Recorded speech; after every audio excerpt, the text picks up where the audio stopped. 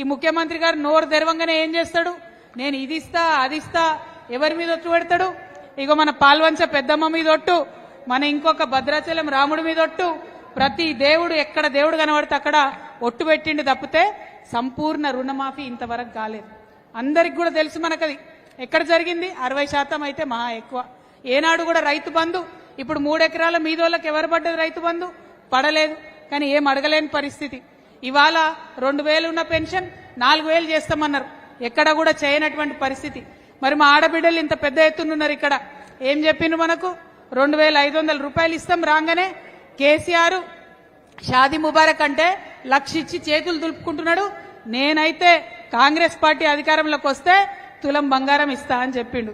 అంటే మాటలు ఇచ్చుడు తప్పితే ఒక్కటి కూడా చేసింది లేదు. నిన్న మొన్న మన నాయకులు ఏం చేసిండ్రు? నువ్వు ఇది ఇస్తా అన్నావు అది ఇస్తా అన్నావు, సవాల్ చేసినావు, చర్చకు రా అంటే తోక ముడిచి పారిపోయాడు.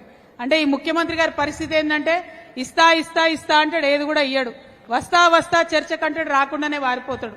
మరి ఇటువంటి ముఖ్యమంత్రి ఉన్నటువంటి సందర్భంలో మళ్ళా ఒకసారి ఎట్లా అయితే తెలంగాణ ఉద్యమంలో మనందరం పిడికిలెత్తి మన హక్కుల కోసం పోరాడినమో, మన వనరుల కోసం పోరాడినమో, మన యొక్క అస్తిత్వం కోసం పోరాడినమో మళ్లీ పోరాటం చేయాల్సినటువంటి సందర్భం వచ్చింది.